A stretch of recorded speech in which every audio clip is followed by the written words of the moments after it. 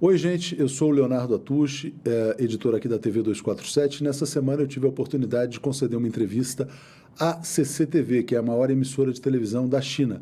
Foi uma oportunidade também de falar sobre a guerra comercial entre Estados Unidos e China, que é o tema mais importante do mundo neste momento e que envolve também diretamente o Brasil. A reportagem foi exibida no Xinwen Lianbo, que é o programa jornalístico mais importante da China. Então eu gostaria que vocês assistissem primeiro a reportagem em chinês, que tem só um pequeno trecho, a gente não vai entender muita coisa, naturalmente, mas logo depois a íntegra da entrevista que foi concedida, para que a gente possa também refletir um pouco mais sobre a guerra comercial Estados Unidos-China. Espero que gostem. Vamos transmitir então este vídeo na TV 247. Um grande abraço a todos vocês. 中国国务院新闻办公室日前发布关于中美经贸磋商的中方立场白皮书。多国人士表示，白皮书的发布恰逢其时，彰显了中国的坚定立场。多国人士表示，中方发布的白皮书准确还原了中美经贸磋商的过程，揭露了美式霸凌的真实面目。中方的开放立场与美国的保护主义立场形成鲜明对比。 中方白皮书的内容让人们看清了美国加征关税挑起贸易摩擦，最终将损害的是美国自身的经济。中国一直寻求国际合作，比如中国提出的一带一路倡议，它将使全球多国从中受益。而美国在做什么？美国正在向全世界开战，以维护其霸权地位。 Muito obrigado por aceitar a nossa entrevista. Eu que agradeço, muito obrigado. A primeira pergunta será, a China publicou no dia 2 deste mês um livro branco sobre a sua posição nas conversações econômicas e comerciais com os Estados Unidos. Como você comentaria esse livro branco e a atitude que mostrou a China? Esse livro é muito interessante porque ele mostra que as sanções, as tarifas impostas pelos Estados Unidos prejudicam, sobretudo, a economia dos Estados Unidos, prejudicam os agricultores, os industriais e principalmente os consumidores. Por quê? Porque os produtos vão ficar mais caros nos Estados Unidos. Essa é a consequência quando você impõe tarifas. A economia dos Estados Unidos já é muito interligada com a economia da China.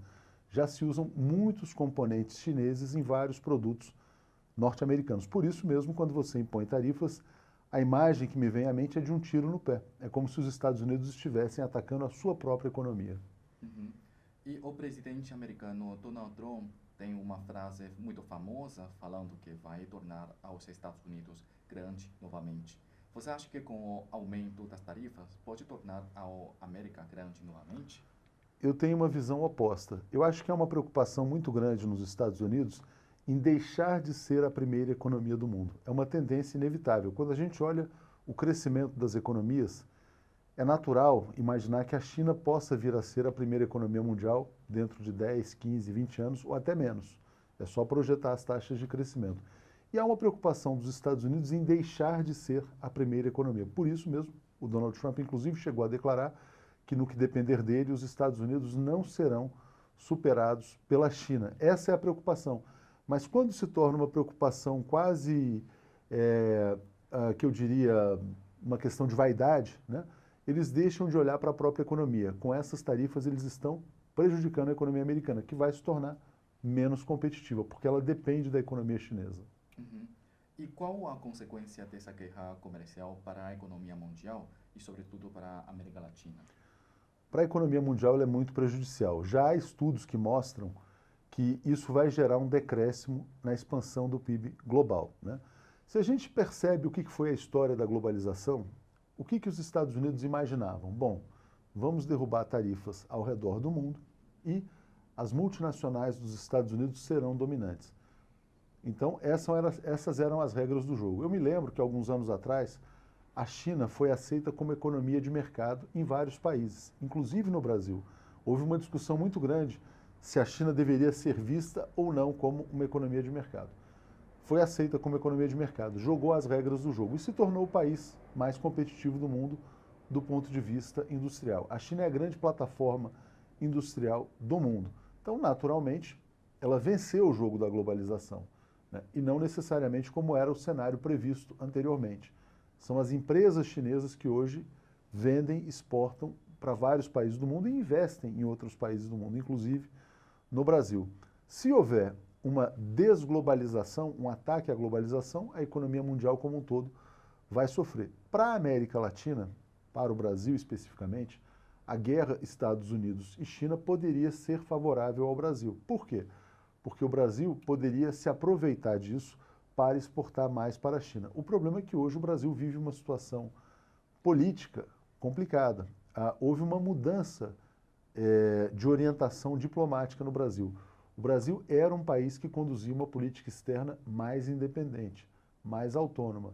Hoje o Brasil se tornou quase que um satélite dos Estados Unidos. Então o Brasil aproveita menos do que poderia essa disputa. Por exemplo, os Estados Unidos exportam soja para a China compra menos soja dos Estados Unidos, poderia comprar do Brasil.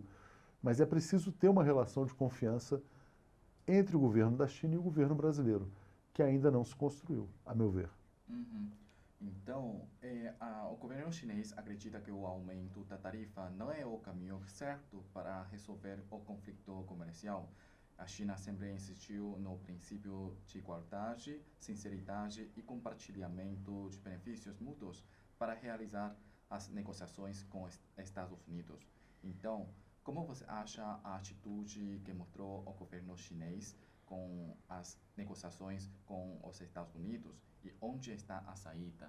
A meu ver, a China tem buscado uma política de cooperação internacional, né? Quando se fala, por exemplo, na nova Rota da Seda, é um jogo de benefícios mútuos para todos os países. A China investe, sobretudo em infraestrutura, por quê? Para criar novas rotas comerciais para vários países. Então vamos pegar, por exemplo, o exemplo da Itália. A Itália é um país importante que tem várias marcas, muito influente em vários setores da economia, vestuário, moda, e que deve exportar muito para a China. Então, a Itália aderiu às novas rotas da seda e a China está investindo em infraestrutura portuária na Itália. A Itália fez muito bem. A China investiu no Brasil, investiu em portos, em estradas, sobretudo em energia. Então, a China é um grande investidor da economia brasileira. É um jogo muito favorável para quem recebe investimentos. O que estão fazendo os Estados Unidos? Os Estados Unidos, no meu entendimento, estão em guerra contra o mundo. Não é uma guerra contra a China, é uma guerra contra o mundo para manter uma hegemonia. O exemplo mais recente é o exemplo do México. O que aconteceu no México? Bom, o governo Trump dizia: precisamos fazer um muro para impedir a imigração de pessoas. Agora, não contente em fazer um muro, que ele ainda não conseguiu fazer um muro, ele fala que vai ampliar as tarifas dos produtos mexicanos. Ou seja, o que ele vai provocar com isso? Se houver mais dificuldade para exportar do México para os Estados Unidos, você terá um aumento da pobreza no México e mais gente querendo cruzar a fronteira. Então, claramente, a expansão do comércio é o que favoreceria o intercâmbio entre as nações.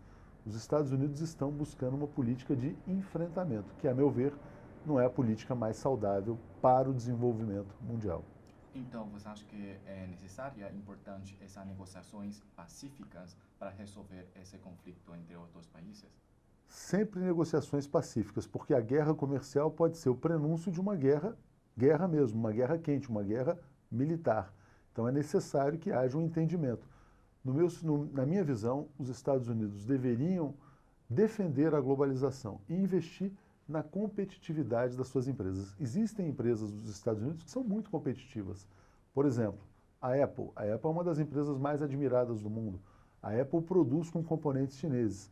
O Donald Trump dizia, antes das eleições, que o iPhone deveria ser produzido nos Estados Unidos.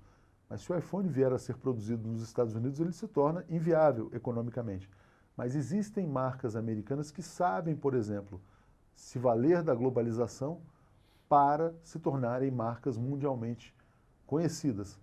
A Apple, tenho certeza de que tem uma relação muito profunda com a China. Então, o que eu acredito realmente é no intercâmbio entre os povos e as nações. E os Estados Unidos também utilizam algumas companhias chinesas, tipo Huawei, como uma ferramenta de ameaça à China. E você como comenta essa forma de enfrentamento entre os dois países? Aqui na TV 247 a gente tem falado muito sobre o caso da Huawei. As pessoas têm muita curiosidade em saber como será a internet do futuro, né? Qual a velocidade? Todos os países em desenvolvimento têm problemas de conectividade, de conexão. E as pessoas agora começam a dizer que a internet 5G será muito mais rápida. Ou seja, aqui, por exemplo, é uma televisão que funciona a partir de transmissões ao vivo o tempo todo, usando a infraestrutura atual de internet. Se no futuro a internet se tornar muito mais veloz, naturalmente nós teremos muito mais condições de produzir muito mais conteúdo. Então, obviamente, todos se interessam por essa guerra comercial. O ideal seria que todas as empresas pudessem competir livremente e que as empresas telefônicas pudessem escolher quem são os seus fornecedores. Esse caso Huawei é muito delicado no Brasil, porque todas as operadoras de telefonia já têm parcerias com a Huawei.